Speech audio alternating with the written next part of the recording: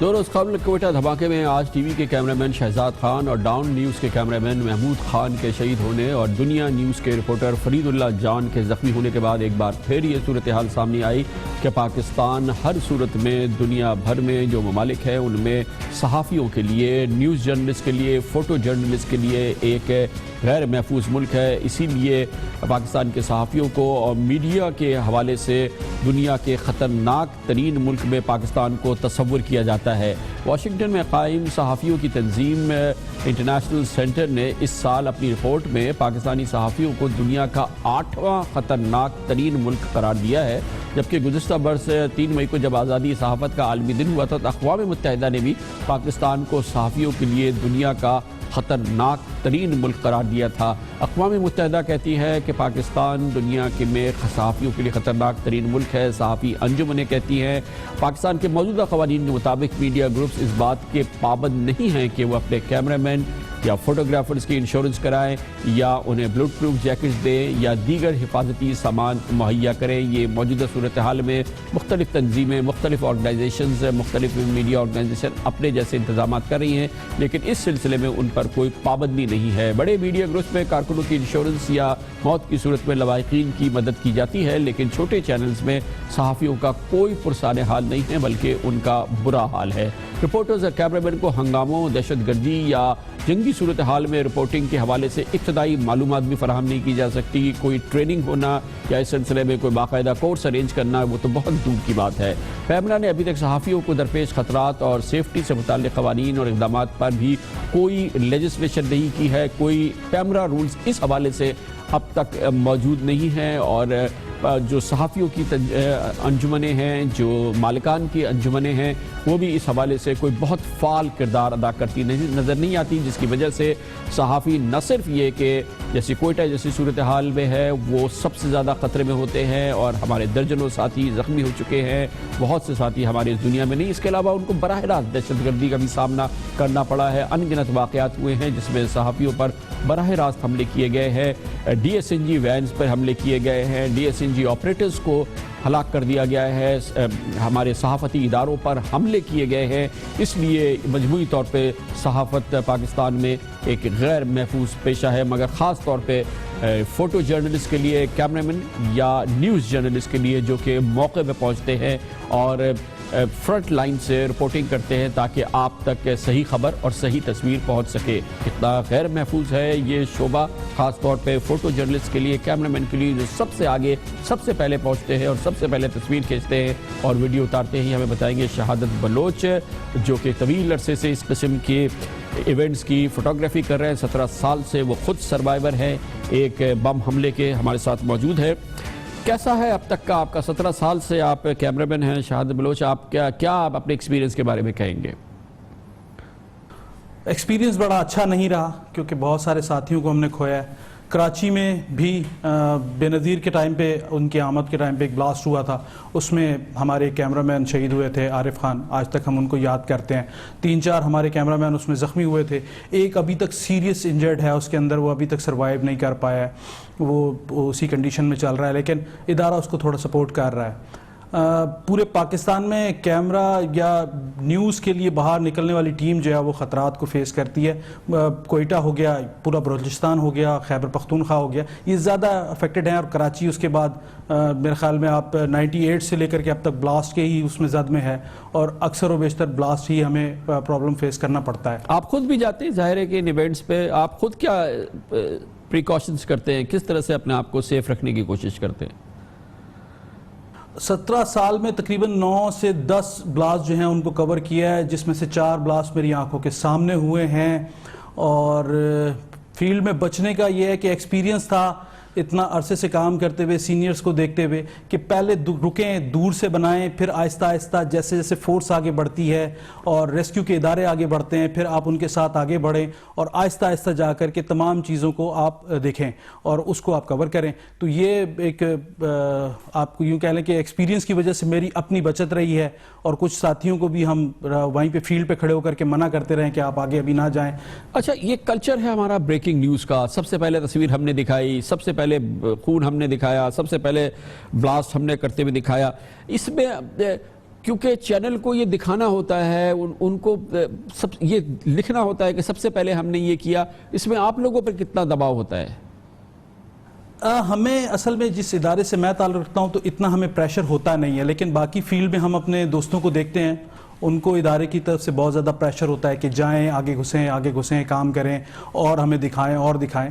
تو ہمیں مجھے تو ایکسپیرینس یہ ہے کہ ہم بڑا سیف ہو کر کے کام کرتے ہیں اور ادارے کی انسٹرکشن کے حساب سے، لیکن اوور آل جو ہے نا بہت زیادہ سہولیات نہیں ہیں اور ادارے کی طرف سے پریشر بہت زیادہ ہوتا ہے. سینٹر ڈیسک جو ہے وہ کیمرہ مین ایک ہاتھ سے کیمرہ سنبھالے ہوئے ہوتا ہے، دوسرے ہاتھ سے فون اس نے کان پہ لگایا ہوا ہوتا ہے اور اس کو انسٹرکشن آ رہی ہوتی ہیں، ویژول دکھائیں، اندر گھسیں، اسپاٹ پہ آگے جائیں. سب سے زیادہ ٹریڈ یہ ہوتا ہے کہ اگر ویژول نہ ملے تو تمہاری نوکری چلی جائے گی، ویژول نہ ملے تو یہ ہو جائے گا. اور آپ کے اس پاکستان کے اندر ادارہ کھلتا ہے اور بند ہوتا ہے، اداروں پہ پابندیاں لگتی ہیں، گورنمنٹ کے کیا ایشوز ہیں اور نوکریوں کا بڑے معاملات ہیں، تو ہر بندہ اپنی جاب کو سیکیور رکھنے کے لیے مجبوراً اس بیچارے کو آگے جانا پڑتا ہے. اس کو پتہ ہوتا ہے کہ اندر جا کر کے مجھے حالات میرے خراب ہیں. اب ایک جگہ بلاسٹ ہوا، اس کے بعد لوگ پینک ہوتے ہیں، وہ مار رہے ہیں، لیکن آفس سے فون آ رہا ہے کہ آپ اندر گھسیں. اچھا، اس میں ظاہر ہے کہ پہلی تو آپ خود اپنا خیال کرتے ہیں، رسک کو کم کرتے ہیں، کوشش کرتے ہیں کہ اپنے آپ کو محفوظ رکھیں، لیکن آپ کے خیال میں ادارے کی بھی ذمہ داری ہونی چاہیے، ادارے کا بھی کچھ اس میں رول ہونا چاہیے اپنے سٹاف کو سیکیور کرنے کے لیے، خاص طور پہ کیمرہ مین اور نیوز رپورٹرز وغیرہ کو؟ یہ اداروں ہی کی ذمہ داری بنتی ہے، انہی کو دیکھنا ہے. وہی میں نے بات کی کہ ہم کب تک نیو بورن بیبیز رہیں گے. آپ دنیا بھر کے میڈیا کو دیکھیں کہ جہاں اس قسم کا واقعہ ہوتا ہے تو کتنی دیر کے بعد آپ کا کیمرہ وہاں تک ایکسیس کرتا ہے اور کتنی جگہ پہ ایکسیس کرتا ہے اور کن کن جگہوں پہ وہ ایکسیس کرتا ہے. آپ یہ دیکھیں کہ دنیا بھر کے ٹی وی چینلز کیا دکھا رہے ہوتے ہیں اور ہم کیا دکھا رہے ہوتے ہیں. ہم پینک پھیلا رہے ہوتے ہیں. ہمارے ویژول جو ہیں وہ ناظرین کو وہ پریشان کرنے کے لیے ہوتے ہیں، نہ کہ ان کو خبر دینے کے لیے. آپ ہمارے تمام ٹی وی چینلز اٹھا کے دیکھ لیں، ان سب کا یہی حال ہے کہ آپ جتنا لوگوں کو ڈرا سکتے ہیں، جتنا پینک پھیلا سکتے ہیں، جتنا مارا ماری دکھا سکتے ہیں، وہ آپ کی ریٹنگ بڑھے گی. اور اسی لیے آپ اپنے بندے کی جان سے بھی وہ پرواہ نہیں کرتے. ریٹنگ وہ ایک جملہ بڑا ہے، بازی لے گیا. وہ بازی لے جانے کے چکر میں جو ہے نا آپ جان کی بازی لگوا دیتے ہیں، اور وہ اپنے جان کی بازی آپ کی لگتی ہے وہ فیلڈ رپورٹر اور کیمرہ مین کی اور ٹیکنیکل اسٹاف کی ہے.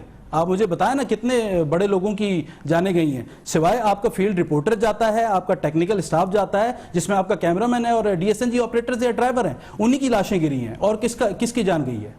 بہت بہت شکریہ. شہادت بلوچ، سینئر کیمرہ مین، سچ بتا رہے تھے. آج کا اہم سچ ہے وہ سچ جو شاید کسی سے پوشیدہ نہیں مگر بہت تلخ ہے.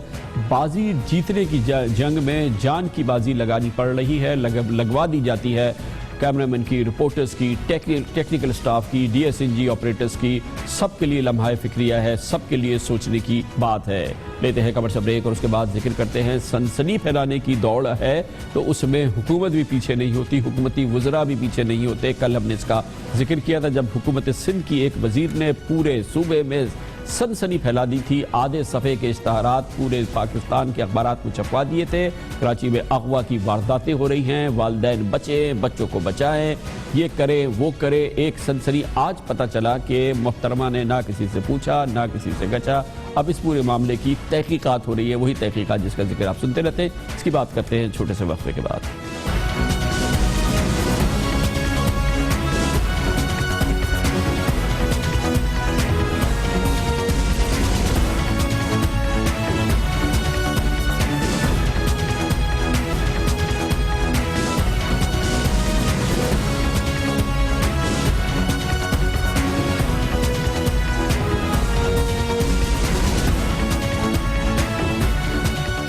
Welcome back. کل کے پروگرام میں ہم نے ایک مسئلہ آپ کے سامنے پیش کیا تھا جس کا تعلق پاکستان بھر کے اخبارات میں آدھے صفحے کے اشتہار سے تھا، جس میں کہ کراچی میں خاص طور پہ والدین سے بچوں سے کہا گیا تھا کہ وہ بہت احتیاط کریں. اغوا برائے تاوان کے واقعات میں اضافہ ہو گیا ہے، اغوا کے کیسز بڑھ رہے ہیں، بہت ہوشیار کریں، بہت چوکنا ہو جائیں. اور یہ تمام بات کی گئی تھی سندھ کی حکومت کی وزیر برائے سماجی بہبود نے، جنہوں نے یہ آدھے صفحے کا اشتہار چھپایا تھا. نہ پولیس سے بات کی تھی، نہ کسی سے انٹیلیجنس ایجنسی سے، اور اس نے پورے صوبے میں خاص خاص طور پہ کراچی میں سنسنی پھیلا دی تھی.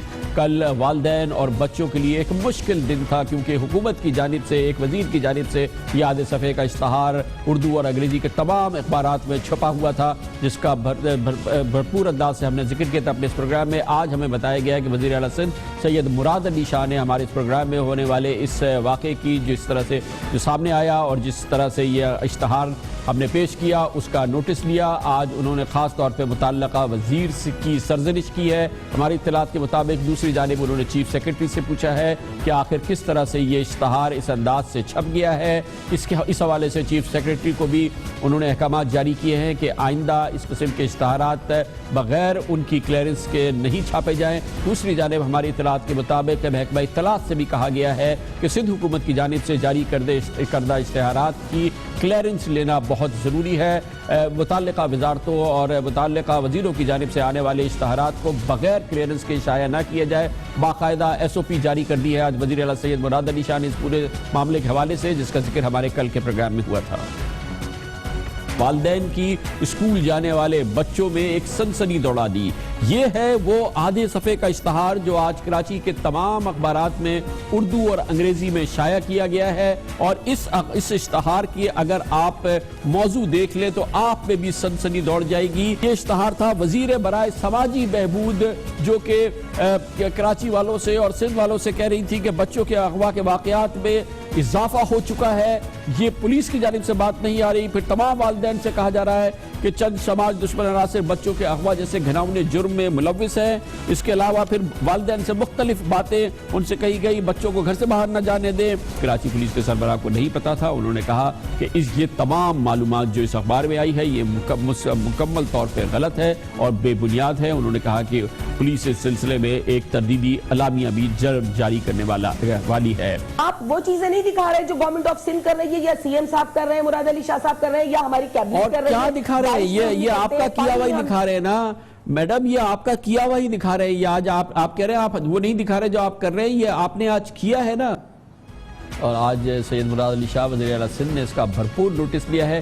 اس پروگرام کے اختتام پہ جب یہ ہماری بات محترمہ سے ختم ہو رہی تھی, محترمہ شمیم ممتاز سے وزیر سماجی بہبود سے, تو انہوں نے کوئی گفتگو کی تھی جو کہ ہمارے یہاں سے رابطہ منقطع ہو گیا تھا, وہ آپ تک پہنچ نہیں سکی. لیکن وہ جب میں نے بعد میں دیکھی ہے تو اسے میں نے بہت انجوائے کیا ہے. وہ آخری جملہ, وہ آخری انداز محترمہ شمیم ممتاز کا جنہوں نے کل پورے سندھ میں سنسنی پھیلائی, میرے حوالے سے جو گفتگو کی میں آپ کے ساتھ ضرور شیئر کرنا چاہوں گا. میں نے بہت انجوائے کیا.